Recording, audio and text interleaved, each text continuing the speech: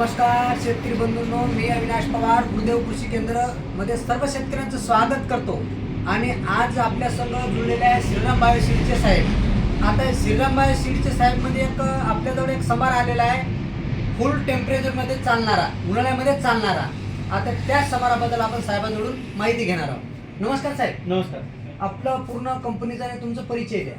माझं नाव कार्तिक शंकरराव मामिडवार आहे आणि मी गेल्या 4 वर्षापासून श्रीराम बायोसीड इंडस्ट्री या कंपनीमध्ये टेरिटरी मॅनेजर म्हणून ॲज अ काम करत आहे। तर साहेब, आता ही जी व्हरायटी आहे, या व्हरायटीचं सर्वप्रथम मला याचं वैशिष्ट्य सांगा। आता तुम्ही ही बघू शकता, ही आपल्या श्रीराम बायोसीडची स्वाद नावाची व्हरायटी आहे। हो। आता आपला हे महिना चालू आहे समजा जानेवारी। हो। आता इथून समजा समोर एक उन्हाळ्याचा पिरियड चालू होणार आहे। हो। उन्हाळ्यामध्ये बऱ्याच शेतकऱ्याचं म्हणणं असं असते की आपण समार लागवड करायची, कारण समारला भरपूर असा हो। भाव राहते। हो। तर कोणती व्हरायटी लावली पाहिजे, हो। कशा पद्धतीचं नियोजन केलं पाहिजे जेणेकरून आपल्याला चांगला मार्केट भावही मिळाला पाहिजे हो। आणि ती व्हरायटी त्या वातावरणामध्ये तग धरून राहिली पाहिजे। जनरल जे दुसऱ्या व्हरायटी राहते, नॉर्मल आपला गावरान समार झाला, हे टाकला आपण, ते उगवत नाही किंवा पिवळा पडून तो प्लॉट आपला खराब होऊन जातो। हो। तर त्यासाठी आपण उन्हाळ्यासाठी स्पेशली आपल्या कंपनीकडून स्वाद नावाची व्हरायटी आणली आहे। तर या स्वाद नावाच्या व्हरायटीमध्ये काय आहे की वैशिष्ट्य काय आहे की हे उन्हाळ्यासाठी टेम्परेचरला फुल सहनशील अशी व्हरायटी आहे। आणि ही व्हरायटी 30 दिवसाची व्हरायटी आहे।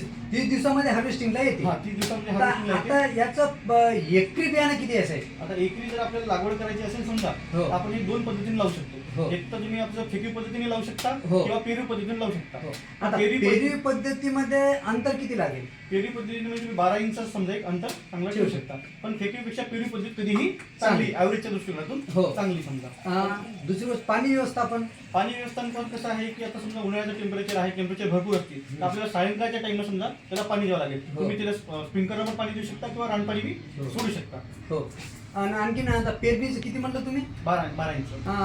एकरी बियाणं किती म्हणलं? एकरी बियाणं समजा एक 22 किलो ते 25 किलो आपण टाकायला पाहिजे। 25 किलो टाकायला पाहिजे। पाहिजे। आता समजा आपण याची लागवड कोण्या महिन्यापासून कोण्या ऋतूमध्ये करू शकतो? आता असं आपण जनरली वर्षभरही करू शकतो। स्पेशल आहे आणि टेम्परेचरला फुल सहनशील आहे आणि सेम गावरान आहे, सुगंधित अशी व्हरायटी आहे। आता कोणते कोणते शेतकरी काय करते, उन्हाळ्यामध्ये आपलं संभार जर लावला आपल्याकडचं तर नेटची व्यवस्थापन करते, चवीकून असं काटानं नाही का मक्का किंवा काहीतरी हिरवं लावते, मधात संभार लावले जाते, तर तसं काही लागेल काय? नाही, त्याला कशाचीच आवश्यकता नाही। तुम्ही डायरेक्ट ओपन मध्ये पेरू शकतो आपण। ओपन मध्ये डायरेक्ट आपण करू शकतो। ओपन मध्ये बिनधास्त पेरू शकतो। काहीच प्रॉब्लेम नाही। तर ओपन मध्ये पेरणार फवारणी बद्दल काही?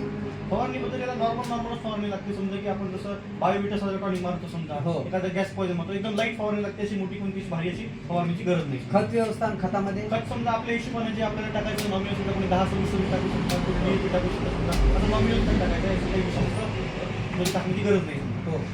तर आणखीन जेवढं काही समजा आता जे संभार समजा लावते बाकीचे कास्तकार, तो संभार उन्हाळ्यामध्ये तर भरत नाही, मिळून जाते, पण ही व्हेरायटी मरणार नाही। तर मी शेतकऱ्यांना एकच विनंती करतो की समजा जे आम्ही एक जे व्हिडिओ टाकला होता मागील दिवसा, त्याच्यामध्ये अधुरी माहिती असल्यामुळे नाही का ते व्हिडिओ आम्ही आता डिलीट करून हा व्हिडिओ युट्यूबला टाकणार आहोत। तर शेतकऱ्याचे कमेंट आले की बाबा एकरी बियाणं किती लागते, पाणी व्यवस्थापन किती, तर पाणी केव्हा द्यायचं?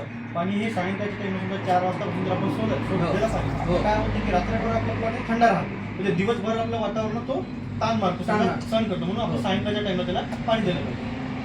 याच्या व्यतिरिक्त आता बस एवढं सांगितलं पुरेसे आहे। धन्यवाद धन्यवाद धन्यवाद।